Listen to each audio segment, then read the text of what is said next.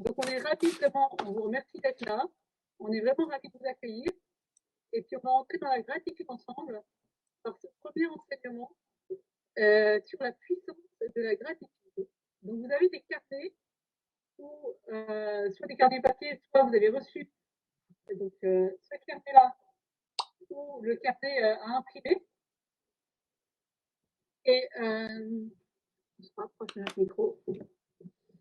Et donc, sur le carnet, vous avez des trous. Donc, le jeu, pendant le propos, c'est de remplir les trous du carnet. Voilà. Je vous écoute. Voilà, alors peut-être commencer par te présenter. Oui, on se présente. Donc, on est Paul et Blandine Durand. Enchanté. On est mariés depuis 4 ans. Et on a 3 enfants et on aura un 4e en février. On a eu la chance, en fait, de suivre ce parcours qui a été construit par le père Lionel Dahl dans sa paroisse à Toulon il y a 4 ans. Et on a déjà redonné l'an dernier dans le cadre de la communauté d'Emmanuel. Et puis on est ravis du coup de le refaire une fois encore avec vous. Nous, on entre à chaque fois encore plus dans la gratitude. Donc on continue de grandir dans la vertu. Voilà, petit à petit, et c'est une grande joie. Donc ce parcours Miracle de la gratitude, il a été créé par le père Lionel Dahl, donc prêtre de la communauté d'Emmanuel à Toulon, qui est actuellement vicaire général à Toulon. Il en a créé un livre, voilà, le miracle de la gratitude, qui reprend les topos et qui va un peu plus loin et fournit des exercices. Et le père Lionel Dahl, pour faire ce parcours, il s'est inspiré du père Pascalide. Donc voilà, le père Pascalide qui lui avait écrit auparavant Puissance de la gratitude vers la vraie joie.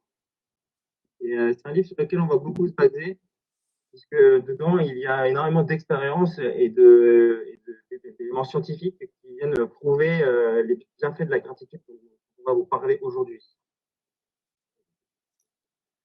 Voilà, le père Pascalide, c'est également un prêtre de la communauté de l'Emmanuel, qui est docteur en médecine, en philosophie et en théologie. Alors pourquoi est-ce que ce soir vous êtes derrière votre caméra? Pourquoi est-ce que vous êtes là pour faire ce parcours? Eh bien, je vais vous donner 2 raisons. La première raison, ce sont les effets de la gratitude, parce qu'ils sont tout simplement stupéfiants, parce qu'ils sont nombreux, ils sont durables et ils sont scientifiquement prouvés, comme je viens de vous présenter. Donc, voilà. Il y a plus de 400 études scientifiques sur la gratitude, et elles ne sont pas toutes faites en milieu chrétien. Elle concerne toutes les dimensions du corps de l'homme, que ce soit le corps, l'esprit, mais aussi l'émotion et l'âme. La deuxième raison, et je pense la plus importante, c'est que la gratitude, c'est une attitude centrale pour les chrétiens. En fait, la messe, en grec, ça se dit Eucharistein, donc Eucharistie, et l'Eucharistie, c'est rendre grâce, remercier. Et donc, au cours de la messe, l'acte fondamental de la messe, l'Eucharistie, en fait, on vient rendre grâce au Seigneur pour son don. Et donc, on est dans une attitude de gratitude. On a dit que nos soirées vont généralement se dérouler de la même manière. On aura un petit temps de louange comme on vient de faire, un temps d'enseignement qui démarre, et à la fin, un temps de partage et d'exercice en petits groupes. Voilà, on vous invite vraiment à prendre l'intégralité du parcours. Le partage et le temps en petits groupes est important d'abord pour se retrouver moins, pour se voir, parce que là, évidemment, on a tous nos caméras et nos micros coupés. Donc, c'est important de voir, d'avoir des têtes quand même en face de nous. Et donc, voilà, donc un temps de louange, un temps d'enseignement, un temps de partage, ce seront nos soirées. On va attaquer donc le vif du sujet. Alors, tout d'abord, premièrement, dans les livrets que vous avez imprimés ou que vous avez récupérés, sachant qu'il nous en reste, donc n'hésitez pas à nous demander des livrets. Donc, un feu d'artifice de bienfaits. La gratitude est de toutes les attitudes intérieures la plus bienfaisante et ses effets sont tout simplement spectaculaires. Les premiers bienfaits, ça va être les bienfaits sur le corps. La gratitude, elle favorise le sommeil. Une personne dort plus longtemps et plus profondément si elle est dans la gratitude. Alors, Alors, je ne vais pas vous citer toutes les démonstrations de ce que je vais vous donner scientifiques. Je vais vous donner uniquement les résultats parce que sinon, il faudrait beaucoup plus d'une heure. La gratitude, elle va diminuer le stress. Et elle a des effets bénéfiques à la fois sur le cœur, le diabète, et elle peut aussi diminuer le vieillissement et même augmenter la durée de vie. Alors là-dessus, c'est assez rigolo de se demander comment on a pu prouver que la gratitude augmente la durée de vie. En fait, l'étude a été faite aux États-Unis, dans le Minnesota. Les chercheurs ont cherché une population qui vit dans les mêmes conditions de vie pour pas que les conditions de vie, richesse, pauvreté, climat ou toutes les autres conditions impactent sur ce facteur durée de vie. Et donc, ils ont trouvé un échantillon de population assez représentatif qui était une communauté religieuse. Et c'est une communauté religieuse qui était intéressante à étudier puisque on demandait à chaque religieuse à son entrée en religion, puis à l'âge de 40 ans et à l'âge de 70 ans, d'écrire une lettre sur son état d'esprit, ce qu'elle faisait là, comment elle se sentait. Et donc les chercheurs ont analysé toutes ces lettres et surtout le champ lexical et ils se sont rendus compte qu'il y avait des religieuses qui vivaient beaucoup plus dans la gratitude, en tout cas qui l'exprimaient, qui parlaient d'émerveillement, qui parlaient d'action de grâce, de merci, voilà, qui employaient beaucoup de vocabulaire du registre de la gratitude. Et puis il y avait des religieuses qui étaient dans leurs lettres beaucoup plus factuelles, objectives, voilà, qui décrivaient leur situation, qui disaient tout simplement ce qu'elles vivaient, mais sans y mettre plus de gratitude. Donc ils ont fait deux populations dans ces religieuses et ils ont pu analyser que la population qui vivait vraiment dans la gratitude, en tout cas qui l'exprimait dans les lettres, avait vécu en moyenne 7 ans de plus, et non seulement 7 ans de plus, mais aussi dans des conditions de santé meilleures que les religieuses qui étaient moins dans la gratitude. Donc c'est assez drôle de voir qu'on peut prouver aussi que la gratitude est bénéfique physiquement et pour la durée de vie, le corps, la santé. Enfin, c'est quand même assez époustouflant. C'était les bienfaits sur le corps. Le deuxième point, ce sont les bienfaits sur le psychisme et le mental. Donc, en clair, les bienfaits sur notre esprit. La gratitude, elle favorise les sentiments agréables. La joie, l'amour, la satisfaction vis-à-vis de la vie. Elle va diminuer les sentiments désagréables, comme le stress, la tristesse, l'anxiété. Mais aussi, elle peut avoir un impact sur le désespoir, la dépression et le risque de suicide. La gratitude, elle va fortifier la volonté. En fait, les personnes qui sont dans la gratitude, elles vont atteindre plus facilement leurs objectifs, elles vont donner et transmettre de l'énergie, elles vont faire grandir l'amour de soi, elles vont augmenter la motivation et ça peut même aller jusqu'à donner du sens à notre vie et donner confiance dans le futur. On a même mesuré que la gratitude, elle peut être favorable financièrement. Alors, comment la gratitude peut-elle être favorable financièrement? En fait, elle va nous permettre de faire des économies. On a tous à l'intérieur de nous, humains, un vide intérieur et on a tous voilà, un besoin de toujours quelque chose à combler. Voilà, parce qu'en fait, on est des êtres qui sont faits pour l'infini et on a toujours une sensation de vide à l'intérieur de nous. Et du coup, on a différentes façons de le combler. Et la gratitude est une façon de combler ce vide intérieur et va nous permettre de le combler d'une bonne façon et non pas par des comportements de compensation qui pourraient être, qui sont du coup assez souvent liés à la surconsommation et donc aux achats compulsifs, aux excès de nourriture. Et donc, si on s'évite les achats compulsifs, les excès de nourriture, etc., eh bien, on fait des économies. Et donc, la gratitude est un motif d'économie. Ensuite, la gratitude, elle a des bienfaits relationnels. Alors, c'est assez lié à ce que je viens de vous dire. Forcément, si nous, on est dans la gratitude et que du coup, on atteint plus facilement nos objectifs, on donne de l'énergie et on grandit dans l'amour, eh bien, ça a forcément un impact sur les autres. Et donc, ça va améliorer la relation aux autres. Ça va faire régner un climat de joie, de paix. Ça peut faciliter la communication. Ça va augmenter l'attention des autres et favoriser la bienveillance. Et donc, en somme, la gratitude va diminuer la violence. Ensuite, on peut également voir les bienfaits de la gratitude dans la vie de couple. Oui, parce qu'elle aide énormément. En fait, si on est dans la gratitude vis-à-vis de son conjoint, eh bien, on va être disposé au don de soi qui finalement est un peu le cœur de l'amour. Et donc, c'est un facteur qui augmente la durabilité du couple. Bien évidemment, on a également des effets dans le travail, puisque ça va contribuer également à la bonne atmosphère, à la réalisation des objectifs et augmenter la motivation. Et puis l'attitude de gratitude nourrit le lien entre les personnes. En fait, ça permet un changement de regard, ça permet voilà, d'unifier, de pacifier. Ça va accroître l'intégration sociale. Et plus une personne a l'habitude d'exprimer sa gratitude, plus elle est appréciée. Et donc la gratitude favorise la confiance envers les personnes. Voilà, n'hésitez pas à nous dire si on parle trop vite ou pas assez fort dans les commentaires.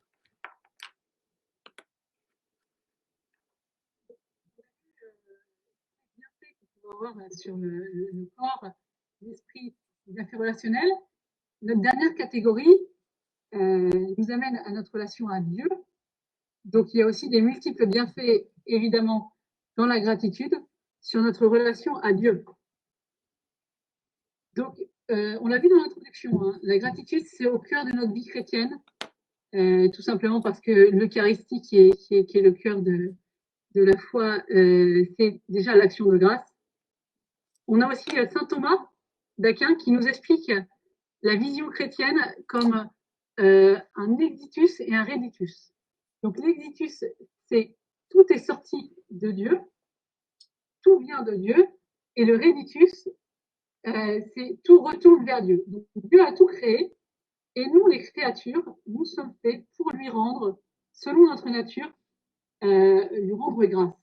Alors, pour les créatures inanimées ou les plantes et les animaux, ils n'ont pas beaucoup de travail pour rendre grâce à Dieu, c'est selon leur ordre, mais nous, humains, nous avons notre liberté, et notre liberté nous laisse du coup l'opportunité de rendre grâce à Dieu.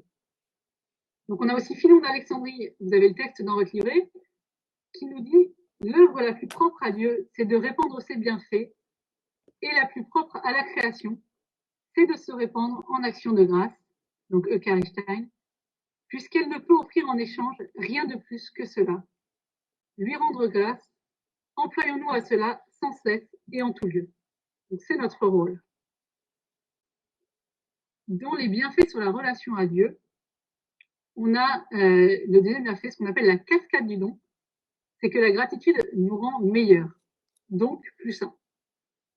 En fait, parce que l'on m'a donné, je vais avoir envie de remercier déjà la personne qui m'a donné, mais en plus, je vais être dans une bonne attitude, je vais être dans un bon état d'esprit, et je vais avoir envie de remercier même quelqu'un, enfin de remercier, ou voilà, ou d'être bon pour quelqu'un qui ne m'a même rien donné. En fait, c'est ce qu'on appelle la cascade du don, parce que ce que je reçois, j'ai envie de le donner. Et puis, ça peut faire boule de neige comme ça. Alors, on a un bel exemple là-dessus, toujours dans extrait du livre de Pascalide. Pascalide. Alors, ça se passe à nouveau aux États-Unis. Donc là, on est dans un restaurant de Philadelphie en 2009. Deux personnes se lèvent à la fin du repas pour aller payer, et donc ils vont vers la serveuse, et la serveuse leur dit « quelqu'un a payé pour vous ». Et en fait, ça va surprendre ces deux personnes, et elles vont avoir pour réaction, elles, de payer à nouveau pour une autre table. Et ça va créer une réaction en chaîne, donc la fameuse cascade dont parlait Blandine, une cascade de gratitude, puisque les gens vont payer les uns pour les autres pendant 5 heures. Alors, je pense qu'il n'y a qu'aux États-Unis où on peut avoir un service continu pendant 5 heures. En tout cas, la femme, donc la serveuse qui témoigne, elle est assez émue, et elle est même émue aux larmes, en témoignage, parce que c'est impressionnant. Les gens, non seulement ont payé les uns pour les autres sans se connaître pendant 5 heures, généralement, ils ont été en plus généreux en laissant des pourboires. Et donc, par ce petit geste des tout premiers qui ont payé pour une autre table, ça a créé une réaction en chaîne qui est assez impressionnante et qui finalement peut même petit à petit changer le monde. L'exercice de la vertu de la gratitude va vous aider à être sain. Voilà, à être meilleur. En petit c, nous avons la relation, toujours dans les bienfaits sur notre relation à Dieu, nous avons la relation entre gratitude et louange. En fait, c'est comme deux facettes d'une même pièce finalement. On a dit que la gratitude, c'était aussi notre manière de rendre à Dieu, hein, dans le reditus, dans le mouvement de retour à Dieu pour sa création. Et en fait, ça se fait facilement par la louange. la gratitude et la louange se nourrissent l'une de l'autre, puisque quand on est dans la louange, en fait, c'est une forme de gratitude, on exprime facilement notre gratitude. Et puis quand on est dans la gratitude, finalement, ça va nous donner envie de louer. Donc les deux se nourrissent l'un l'autre et on est très très proches. C'est pour ça que au groupe de prière, c'est un pilier important aussi qu'on vit ensemble. C'est que la louange nous aide à nous tourner vers Dieu et à lui rendre grâce. Le psaume 150, qui est le psaume qui conclut en fait tous les psaumes, tous ces chants au Seigneur, est assez intéressant parce qu'il nous dit que tout être vivant loue le Seigneur. Et en fait, c'est notre appel, hein, que tout être vivant loue le Seigneur. On revient sur ce qu'on a dit au tout début. On est là pour ça, pour louer le Seigneur. Voilà. Et enfin, dans les bienfaits de la relation à Dieu, on revient toujours sur la base de la gratitude et l'Eucharistie. Donc l'Eucharistie qui est source et sommet de toute vie chrétienne. Finalement, l'Eucharistie, elle va rendre présent le sacrifice du Christ pour chacun d'entre nous. Donc, pour ce sacrifice du Christ, on est en action de grâce. On va rendre grâce pour la création, la rédemption, la sanctification. Et puis, on va rendre grâce parce que finalement, l'Eucharistie, c'est Dieu qui se fait homme, qui se donne à nous. En fait, il n'y aura jamais rien de plus beau et rien de plus grand. Face à cela, que faire? Le psaume 115 nous dit comment rendrai-je au Seigneur tout le bien qu'il m'a fait? J'élèverai la coupe du salut, j'invoquerai le nom du Seigneur. Voilà. Il n'y a pas de chose plus grande qu'on puisse faire pour rendre grâce au Seigneur que de célébrer l'Eucharistie et que d'y participer activement. Donc finalement, voilà, la gratitude va nous permettre aussi, nous amener aussi à vivre l'Eucharistie plus intensément, à nous dire en fait, c'est vraiment le motif d'action de grâce par excellence. Je rends grâce parce que Dieu s'est fait homme et parce qu'il m'a sauvé et parce que je peux le recevoir dans l'Eucharistie. Merci pour ce premier point qui était donc le feu d'artifice de bienfait. Donc j'espère que tout le monde a réussi à peu près à suivre. Normalement, le Facebook Live est enregistré, donc tout ce qu'on dit sera enregistré et en ligne sur Facebook. Donc on a vu des bienfaits sur le corps, l'esprit, l'âme et vis-à-vis de Dieu. Maintenant, on va rentrer plus dans le concret pour savoir comment être dans la gratitude. Et je vais vous donner d'abord les 3 étapes de la gratitude. Et on va les retrouver quasiment tout au long du parcours. Comment créer et initier cette vertu de gratitude. Alors, les 3 étapes, ça va être 3 R. Ce sera la règle des 3 R. La première, c'est reconnaître que j'ai reçu un bienfait. La gratitude, elle va naître d'une prise de conscience. En fait, voilà, on va faire mémoire, on va se souvenir qu'on a reçu quelque chose, qu'on a reçu un cadeau, le don d'une personne, voilà, qu'on a reçu une aide, par exemple, ici. Et voilà. Et donc ça, c'est reconnaître, et c'est la première étape. Elle fait travailler la tête, cette étape, parce que ça fait partie, donc il faut mentaliser, il faut arriver à se souvenir, à prendre conscience. Ensuite, on va ressentir. On va être touché par l'émotion. Ressentir, être touché par l'émotion. Une fois qu'on s'est rappelé de ce cadeau ou de cette aide, en fait, on va goûter la joie que ça nous donne, le bénéfice qu'on peut avoir, le bien-être que ça peut nous donner, et on va s'en réjouir. Et ça, c'est du domaine de l'émotion et donc du cœur. Et donc, voilà. Et ça, c'est quelque chose de présent. Donc, la première étape, c'est quelque chose, voilà, pour reconnaître, il faut aller chercher dans son passé avec sa tête et son intellectuel.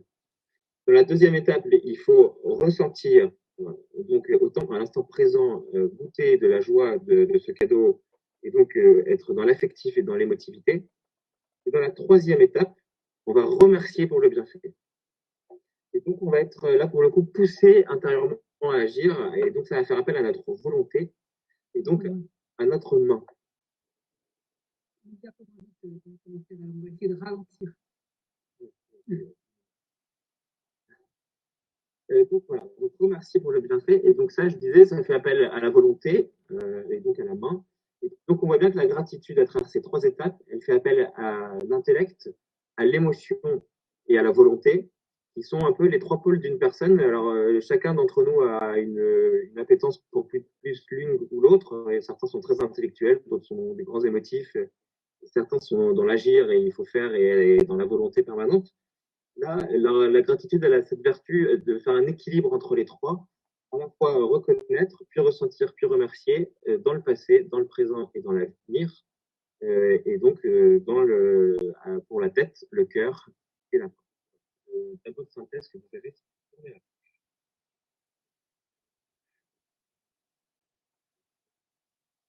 Alors, on va passer à notre troisième partie.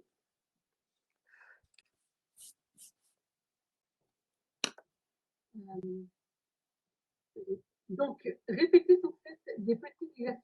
Comment devenir des personnes habitées par la gratitude? Le grand point. Donc, pour devenir des personnes habitées par la gratitude, nous allons commencer par répéter sans cesse des petits exercices de gratitude. En fait, ça va pas être magique. Il va falloir s'entraîner. Il va falloir travailler un petit peu, puisque c'est un peu comme la musculation. La vertu, ça s'acquiert, en fait, ça se travaille. Donc au départ, c'est difficile. Les muscles ne sont pas bien exercés. Ça paraît pas naturel. Et puis ensuite, petit à petit, justement, on va faire en sorte que ça devienne, non pas inné, mais acquis, mais que ça devienne de plus en plus naturel et finalement transparent, qu'on devienne des gens habités par la gratitude. Alors, le premier exercice qu'on peut faire, c'est assez simple. Ça va être de trouver un carnet, alors soit chez soi, soit dans un magasin ouvert aujourd'hui. C'est plus compliqué, mais voilà, de trouver un petit carnet qu'on va appeler notre carnet de gratitude et sur lequel on va pouvoir noter chaque soir 3 bons moments dont on va se souvenir, 3 motifs de gratitude. Donc ça peut être très très simple, hein. Ça peut être le soleil qui s'est levé par la fenêtre, ça peut être une rencontre avec quelqu'un, ça peut être, voilà, ça peut être des milliers de choses. À force de les regarder, on va pouvoir s'en rendre compte. Mais si on ne fait pas l'effort, en fait, le soir, de se remémorer ces moments, donc c'est l'exercice dont Paul vous a parlé, hein, reconnaître en premier, ressentir et remercier, et ben on les voit pas. Si tous les soirs on se dit, est-ce que je reconnais aujourd'hui dans ma journée 3 beaux moments? Qu'est-ce que j'ai ressenti à ce moment-là? Je les écris pour m'en souvenir et puis pour remercier. Et ben déjà, vous allez voir que l'attitude de gratitude va grandir en nous. Alors on a Clémence qui a un témoignage à ce sujet-là. Donc j'invite Clémence à allumer son micro et Clémence à afficher Clémence à l'écran. Ok, une petite pause musicale. Alors avec mon mari, on a écouté ces topos en ligne du Père Dalle sur la gratitude il y a 3 ans et on a décidé de s'y mettre, de partager 3 motifs d'action de grâce chaque soir. Vous m'entendez bien? Oui, c'est bon? Très bien, très bien. Le premier soir, moi j'en avais aucun. C'est pas que j'en avais pas, mais c'est que je n'arrivais pas à les voir. En fait, j'étais à ce moment-là en mode tunnel. J'étais à peu près 1 mois d'un concours que je préparais et la tension était à son maximum. J'avais mis ma vie sociale de côté et je trouvais que le quotidien était plutôt aride. Mais en fait, il y avait pourtant tellement d'occasions de se réjouir. Et en fait, on a expérimenté chaque soir et soir après soir avec mon mari combien le Seigneur nous donne de vivre de belles choses dans notre journée au travers de choses toutes simples. Une discussion, une rencontre, un bon dîner, par exemple. Dans les faits, c'est souvent des choses très simples qui sont vraiment un grand motif d'action de grâce. Et quelques années après, je réalise qu'en fait, on a mis ça en place un peu comme un défi le premier soir. Et après, c'est rapidement rentré dans notre habitude. Maintenant, on ne se pose plus de questions. Et aussi, je réalise que j'ai souvent été émerveillée par les motifs de gratitude de mon mari. Même lorsqu'on s'était déjà raconté nos journées, je découvrais au travers de ces 3 gratitudes du soir les moments cadeaux de sa journée. Et moi aussi, ça m'a permis petit à petit de convertir mon regard sur ma journée pour voir l'action du Seigneur et rendre grâce pour sa présence dans chacune de mes journées. Voilà.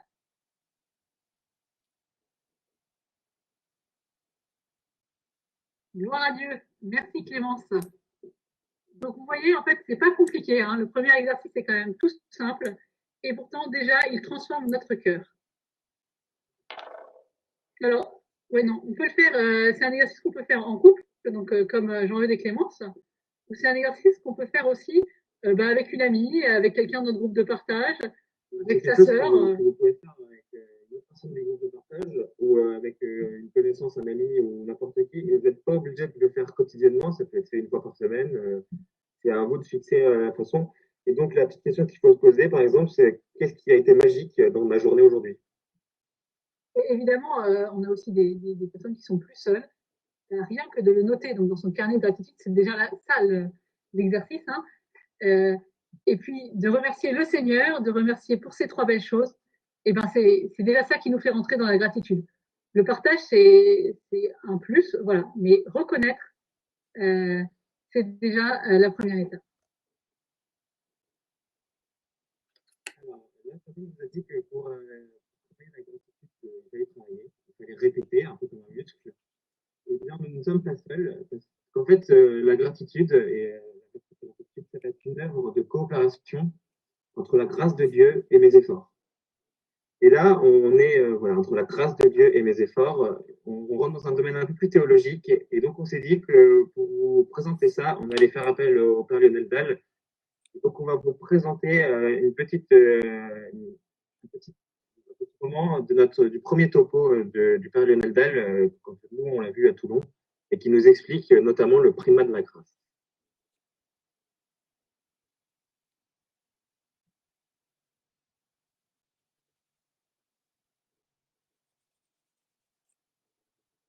La grâce de Dieu et mes efforts. C'est une œuvre de coopération entre la grâce de Dieu d'un côté et mes efforts de l'autre. C'est très important de tenir les deux à la fois. Ce qui est le plus important, on appelle ça le primat de la grâce.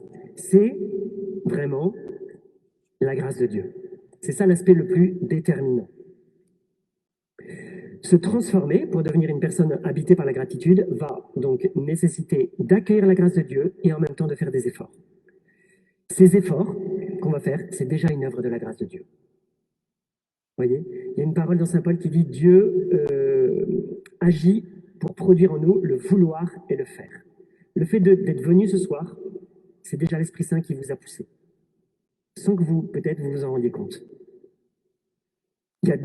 C'est un équilibre entre deux écueils. D'un côté, ce que j'ai appelé le volontarisme, et de l'autre côté, ce que j'ai appelé le laisser-faire, ou le piétisme. Ces deux hérésies dans l'Église, le volontarisme, si vous voulez, l'hérésie s'appelle le pélagianisme, vous n'êtes pas obligé de connaître ce mot. C'est une hérésie qui consiste à dire faisons un effort et on va s'en sortir.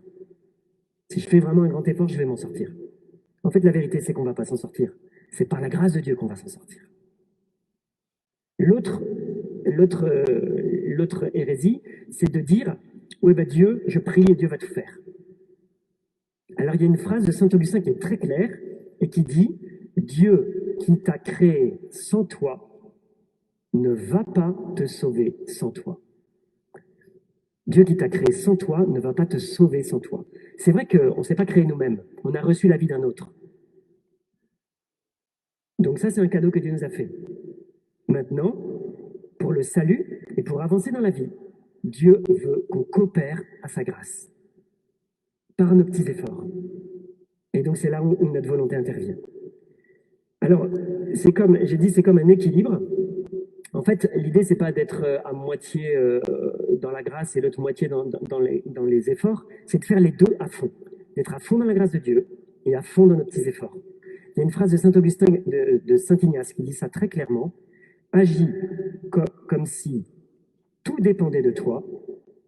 Agis comme si tout dépendait de toi, en sachant qu'en réalité, tout dépend de Dieu. Vous voyez l'idée? D'un côté, faire le maximum d'efforts, agis comme si tout dépendait de toi, en sachant qu'en réalité, tout dépend de Dieu, en ayant la conscience qu'en fait, c'est la grâce de Dieu qui va faire la différence, qui va faire que je vais me transformer.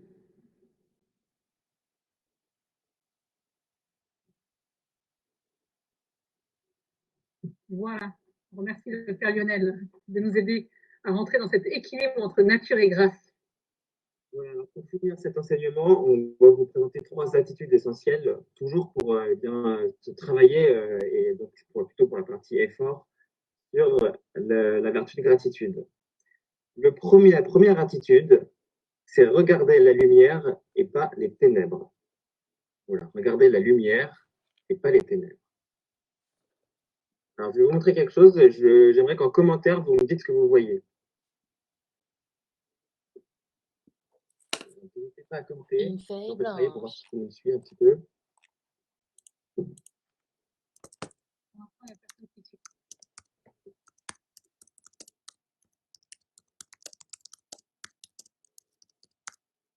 Voilà une feuille blanche avec un point, une tache, un point noir, un roman tout noir, Qui font une pas mal déjà. cible, une page blanche avec un tout petit point noir, Il y en a qui nous voient nous. et il y en a qui arrivent à nous voir. Alors en fait, ça c'est pour vous montrer, certains vont voir un point noir, une tache, une cible, et d'autres vont voir une feuille avec un point noir. En fait, ce sur quoi on se concentre grandit. On se concentre sur le point noir, on va voir tout ce Et qu'il y a de donc noir. voilà, il y a des gens qui ne verront que le point noir et qui ne penseront pas du tout à la feuille blanche sur laquelle il est et qui vont répondre une tache. On va voir la tache. On va pas se dire qu'il y a une grande feuille blanche, on va voir la petite tache noire au milieu. Et en fait, on fait la même chose avec notre esprit. On va ressasser les soucis, les peurs, les regrets, ce qu'on n'arrive pas à voir, nos manques. Et ça va grandir et ça va envahir tout notre esprit.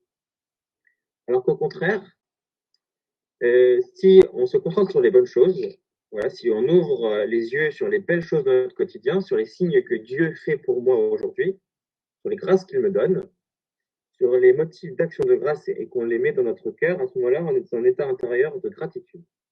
Et donc, c'est un vrai exercice parce que l'atmosphère actuelle, si on regarde les médias, la télé, avec tout ce qui se passe en ce moment et le confinement, etc., on est dans on a un vrai travail de désintoxication des mauvaises pensées.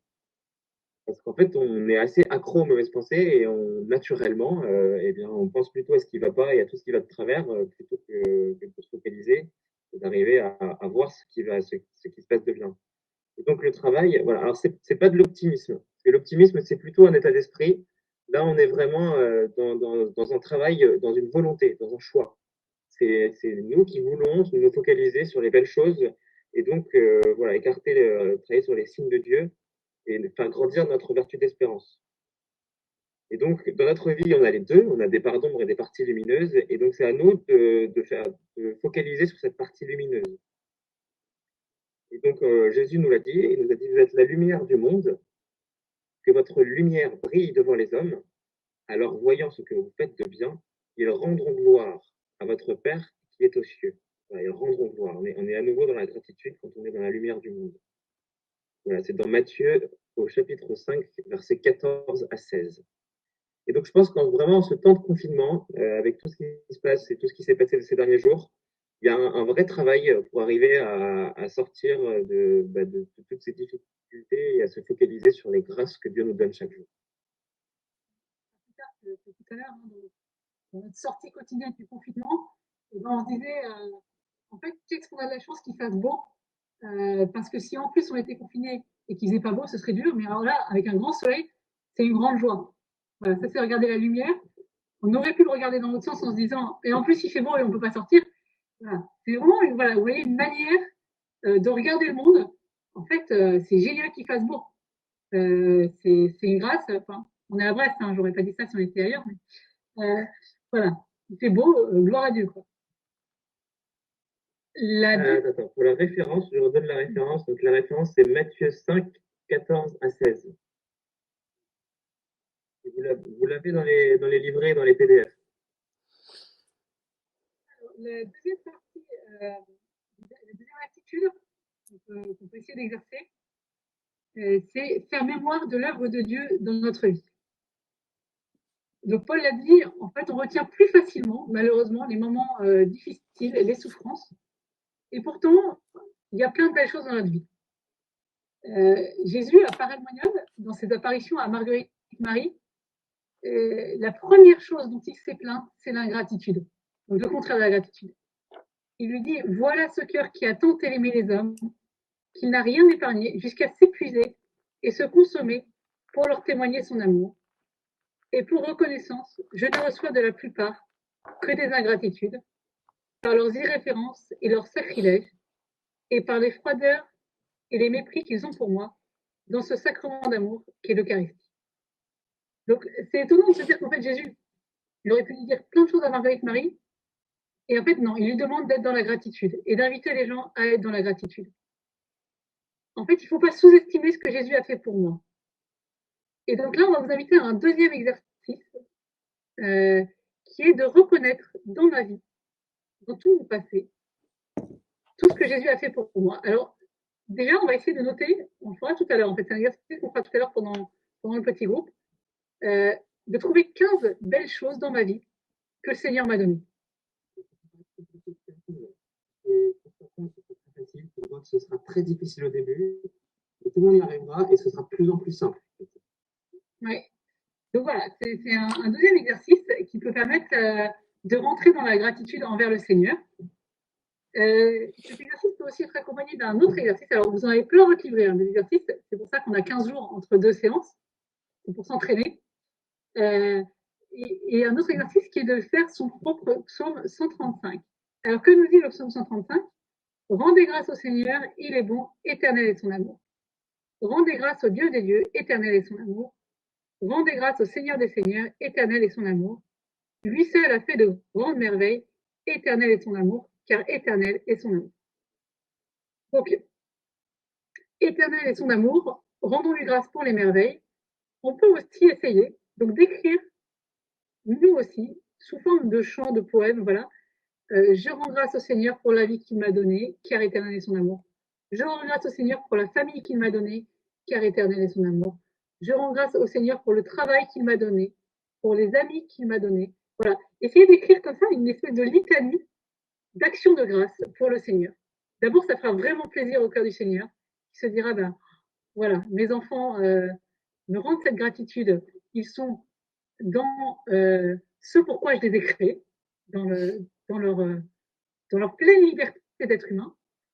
Et puis en plus, nous, ça va nous faire du bien et ça va pouvoir constituer notre bibliothèque de gratitude. Alors, qu'est-ce qu'on appelle la bibliothèque de gratitude? C'est encore un des petits outils du parcours. C'est un endroit qui peut ressembler fortement à notre carnet de gratitude, dans lequel on va rassembler toutes les belles choses, donc les 3 moments de la journée, les 15 grâces que le Seigneur m'a faites, mon psaume d'amour pour le Seigneur personnalisé, ou encore des textes qui me parlent, une parole du Seigneur qui m'a touché, une homélie qui m'a marqué. Voilà, c'est la bibliothèque, c'est là-dedans que je vais ranger toutes les choses qui pourront m'aider les jours où j'aurai plus de mal à être dans la gratitude. Parce qu'on sait tous, on n'est pas toujours facilement dans la gratitude. Il y a des jours qui sont vraiment difficiles. Dans la vie, on aura des contrariétés et des épreuves. Donc ça, on le verra dans les futurs enseignements. Ça, on parlera dans les prochains topos. La gratitude, elle se vit en tout temps. Voilà. On parlera un petit peu après. Et donc cette bibliothèque de gratitude va nous permettre de revenir piocher dans notre carnet, dans la bibliothèque, du réconfort, du courage, de l'espérance pour les moments plus difficiles. Alors, nous, on avait un exemple, on avait une sœur de communauté, donc de l'Emmanuel, qui était dans une période très difficile parce que son mari était cancéreux, il était hospitalisé, elle était jeune mère de famille avec des enfants, et il y avait des moments vraiment, vraiment difficiles. Et elle s'est dit, comment je vais faire pour rester dans la gratitude? Et alors, cette bibliothèque de gratitude, elle l'a constituée, elle, par des photos. Voilà, elle a imprimé des photos des beaux moments passés en famille. Un grand tableau. Voilà, elle a vraiment des grandes photos, qu'elle a mises partout dans sa maison.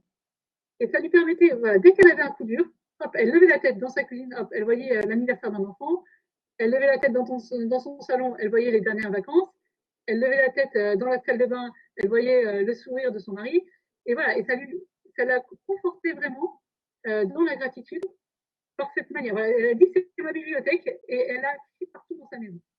Donc, trouvons chacun, en fait, notre manière de pouvoir nous ressourcer à cette source de gratitude, à tous ces éléments qui ont fait notre vie et qui sont des merveilles que Dieu nous a données.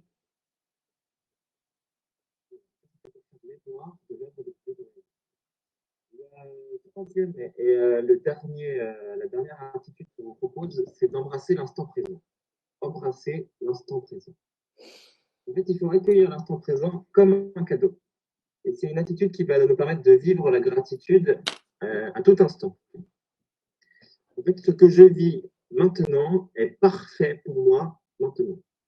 Ce que je vis maintenant est parfait pour moi maintenant. Le moment présent, comme je l'ai dit tout à l'heure, il peut être facile ou difficile à vivre. Et dans les deux cas, on peut le vivre dans la gratitude. Dans le cas le plus facile, c'est assez simple, là, on sera dans la gratitude parce qu'on pourra goûter à la joie. Mais si on est dans un moment plus difficile, on va pouvoir goûter à un apprentissage. Voilà, on apprend des choses et des moments qui sont difficiles. Dans la lettre aux Hébreux, au chapitre 12, dans les versets 5 à 7, on peut lire « Mon fils, ne néglige pas les leçons du Seigneur, ne te décourage pas quand il te fait des reproches. Quand le Seigneur aime quelqu'un, il lui donne de bonnes leçons. Il corrige tous ceux qu'il accueille comme ses fils. Ce que vous endurez est une leçon. Ce que vous endurez est une leçon. Dieu se comporte envers vous comme envers des fils. Et quel est le fils auquel son père ne donne pas de leçons? Voilà, donc c'est dans Hébreux, chapitre 12, versets 5 à 7. Ce verset, il signifie pour nous que tout ce qui nous arrive est permis par Dieu. C'est important, tout ce qui nous arrive est permis par Dieu, ce qui est facile comme ce qui est difficile. Et on le verra dans un autre propos, tout concourt à notre bien. Voilà. Et donc la grâce de Dieu, elle se donne au présent. Donc nous, tout ce qui nous arrive au présent est fait pour nous, et la grâce de Dieu, elle intervient au présent. Elle n'est pas dans le passé. Le passé, il est passé, il est révolu, on ne peut rien y faire, on ne peut pas le changer. Elle n'est pas dans le futur, parce que le futur n'est pas encore là, et que la grâce de Dieu pour le futur ne sera donnée que lorsque j'en aurai besoin, et donc ce sera quand le futur sera présent. Donc, le présent, c'est ce que le Seigneur m'invite à vivre maintenant, et il est le lieu où Dieu est présent et où sa grâce m'est donnée.